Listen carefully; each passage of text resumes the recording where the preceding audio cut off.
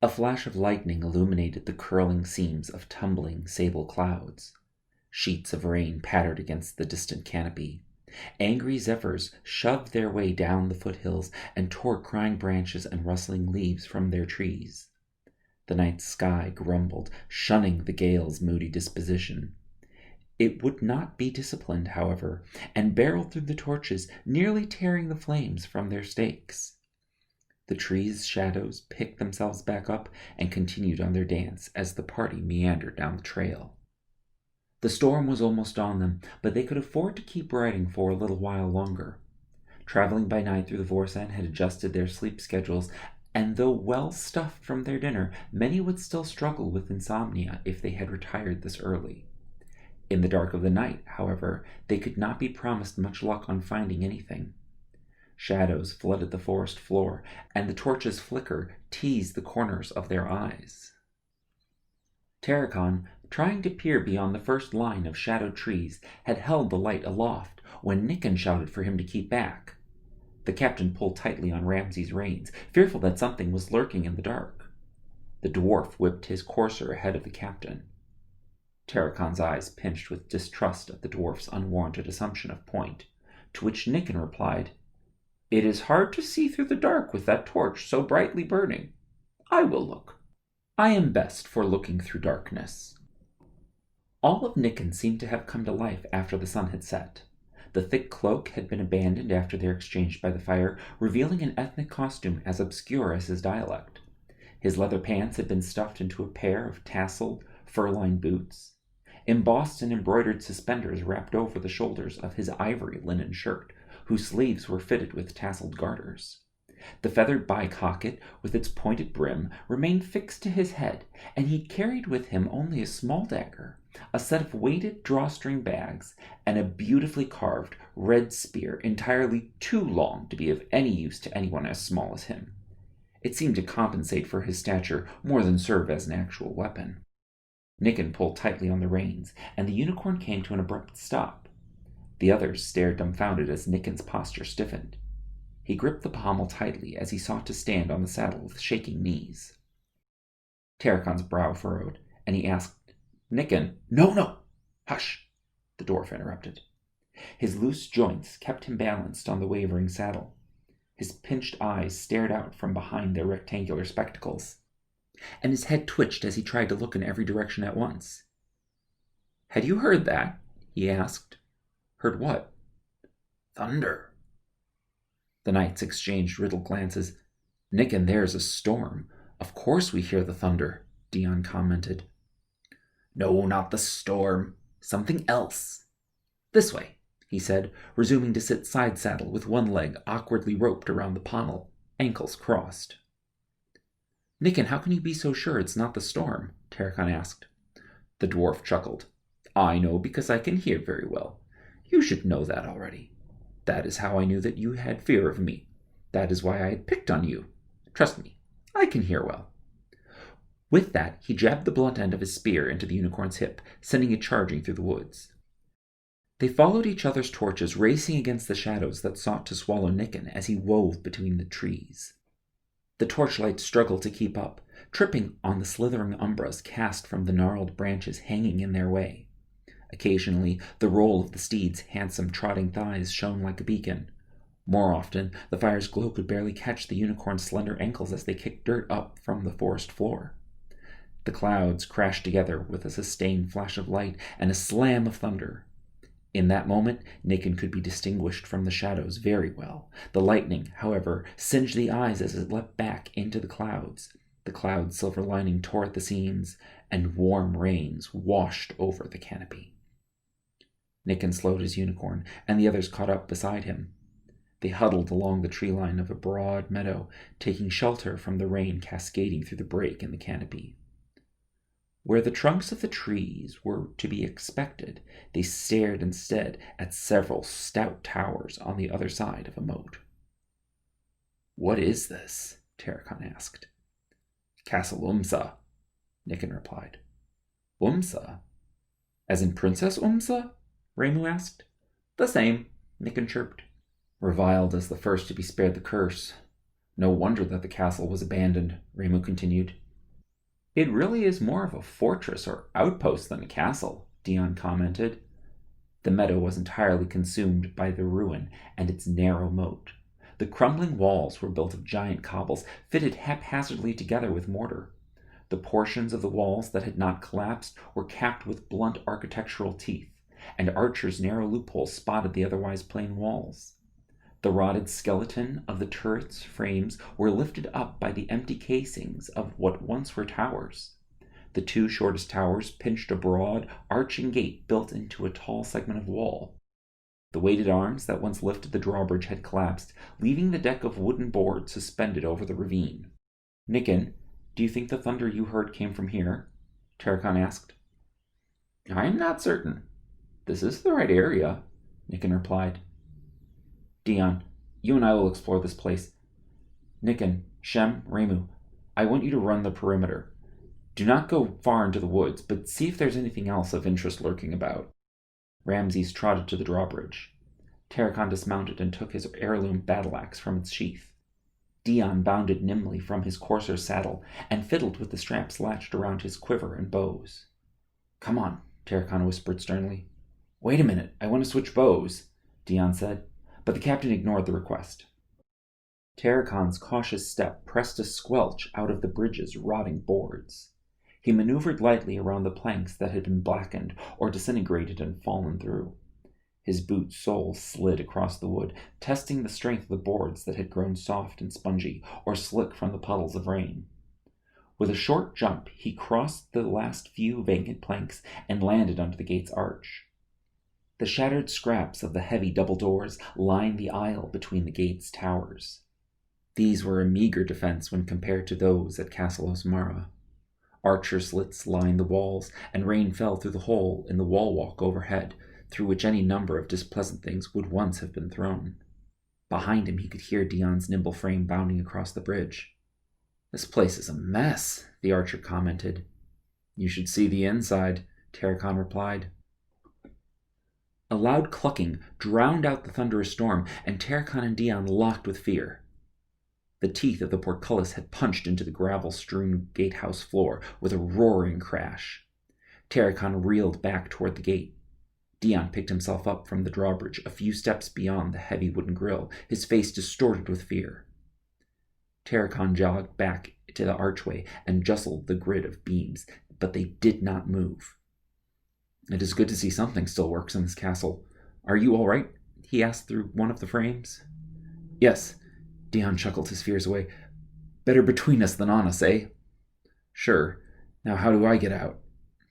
"There's probably a broken wall somewhere that you can sneak through," Dion answered smilingly. "Get the others. I'm going to see what's going on in here," Tarakan said. He watched Dion leap back over the vacant planks to disappear into the woods, abandoning him to a dreadful loneliness. Trapped within the fortress, he turned from the portcullis and returned to the edge of the gatehouse, where he huddled under the shadow of the towers to avoid the rain. His gaze meandered down the gravel path that crossed the grassy ward, where wiry wildflowers grew in thick patches of bramble. The castle walls doubled as the nursery where the forest saplings could be bedded.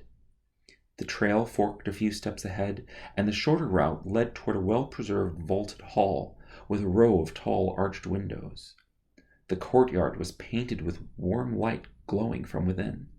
The occupants' laughter filled the air during the lulls between the thunder. A pair of shining celadon bubbles floating from the top of the gatehouse caught Tarakan's attention. They drifted across the yard, unaffected by the storm's winds, and dropped through a crack in the hall's shingled roof. Tarakan stalked after, his steps grating against the gravel path. He passed the sprawling staircase that ascended to the entrance and crept around the corner to the row of arched windows webbed with shattered frames that were once paned with colored glass.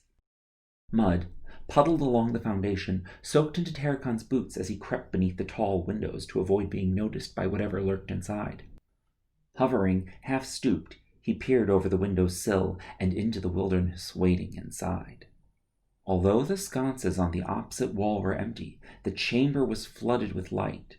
There was a luminous gleam to every smile, every complexion of the occupants that haunted the chamber. Sinewy arms waved in the air, and legs swayed merrily to the arrhythmic, atonal, staccato song of piercing wails and incessant giggles.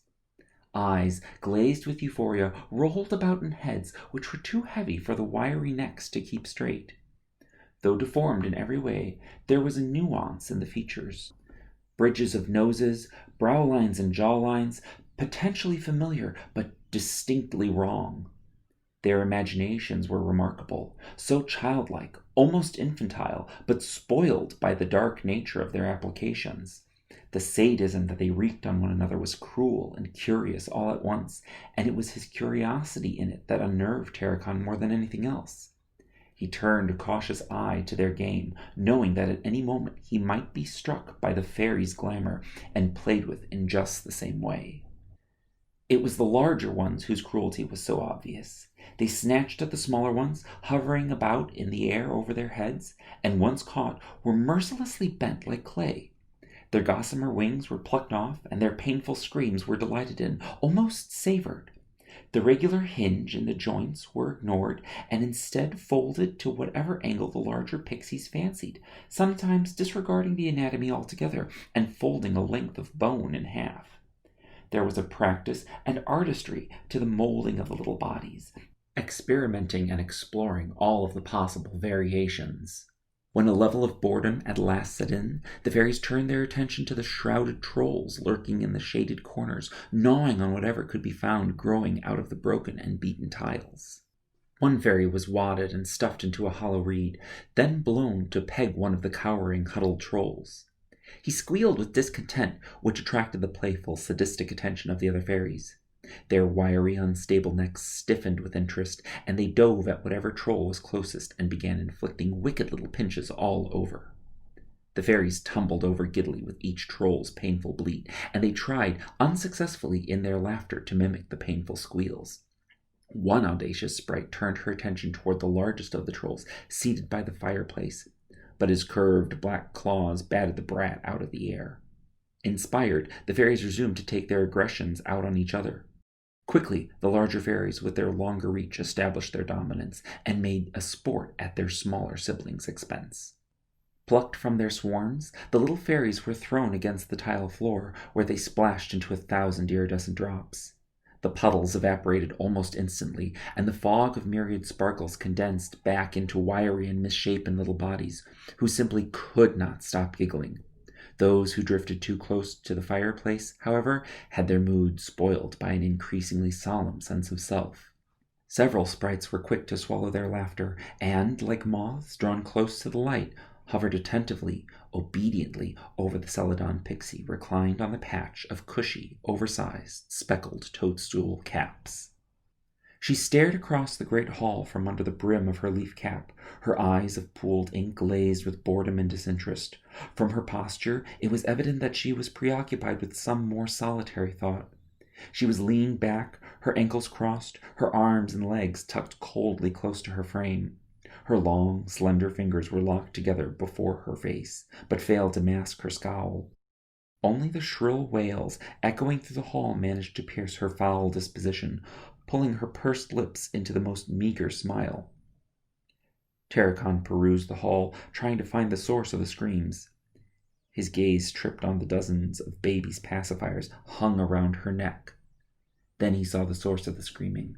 Slung in her hair was an infant, somebody's baby, writhing against the slithering follicles. The patches of skin visible through the strands were streaked with blisters and scratches. The oily locks slathered the child, painting on a toxin that seared the skin. Constricted by the knots of the coif, the infant could only wail in pain. The sight left him retching, his knotted stomach fighting to purge the image from his mind, but it would not go away. He felt himself slipping out of control. His balance wavered, and he leaned against the sill, collecting his thoughts. He could only rationalize his responsibility. There was nothing he could do. That was the fate of the changed child. Conviction soldered his temper, and he peered over the windowsill once more. The globes of celadon light that he had chased from the gatehouse floated down from the ceiling and drew close to Sedwa's pointed ears. Her head cocked attentively toward the inaudible whispers of light. Sedwa jumped to her feet, and every fairy in the room snapped to attention, their games abandoned with no regard to consequence. Their posture, demeanor, even their mood had synchronized. Led by Sedwa, they screamed in unison, "What?" Lord Marco tumbled from his bench and recoiled under the seat. "What?" he bleated. "What is it?" The choir of fairy voices paralleled Sedwa's shouting. "The boy, he is here. The boy is here." "Boy? What boy?" Marco grunted. "The one who disrupted the change, the protector of the Hexen air. He is here," roared the fairy choir. The whole fairy assemblage moved together as though drawn on one set of shared marionette strings. Sedwa's every animated gesture was adopted by the varied fairies. Their individual and imaginative body languages were discarded, and they mimicked their princess as she stalked furiously through the hall. Terracon huddled under the sill to avoid the unseelie court's roaming eyes. Threads of long-dismissed details were weaving a tapestry out of his memories. After all these years, he struggled to recognize the obscure fairy princess that had sought to topple Castle Domara. She was the faint moments between unconscious darkness and a wild race to escape crumbling floors and toppled rafters. Yet the vividness of her crimes branded lurking phobias into his heart. He could feel those fears now, writhing inside of his throbbing chest and calling out to their mother. She would no doubt use them to exact her revenge. His linen tunic was soaked, whether with sweat or rain he could not know. The gravel hissed defiantly as foot after foot cracked the ground in his sprint across the ward. The light cast from the fairies' collective bodies swept the courtyard as they migrated to the door. Terracon's surroundings were spotlit from the darkness. Decrepit stables collapsed along the castle wall. The crumbled shaft of a bramble-laced well dove into the grassy patch near the sealed gate. The skeletal ruin of a stout tower rose before him. At its base was the shingled roof of a dugout cellar. Kicked feet propelled him into the air and stung bitterly as they crashed onto the descending stairway. The eroded stones, steps, were puddled with rain, and the soles of his boots slipped beneath him. The plate armor dressed across his shoulders cracked loudly over each step, down which he tumbled. He pushed himself up from the pooling rain at the base of the stairs, crawled through the subterranean doorway, and into a long, dark corridor. The door clapped shut, and he leaned back against its rotted planks. Instinct and desperation had fortified him against the pain, but now in this silent moment of review he could feel it echo through his body. His teeth gritted against his stinging soles, ankles, and knees, and the throbbing that coursed over his shoulders and spine. His breathing slowed, finding its regular rhythm again. He wiped the sweat from his face and inspected his surroundings. Doors, in various states of decay, flanked one side of the dark, narrow corridor. The hallway was longer than Terracon had expected, its end beyond his sight in the dark.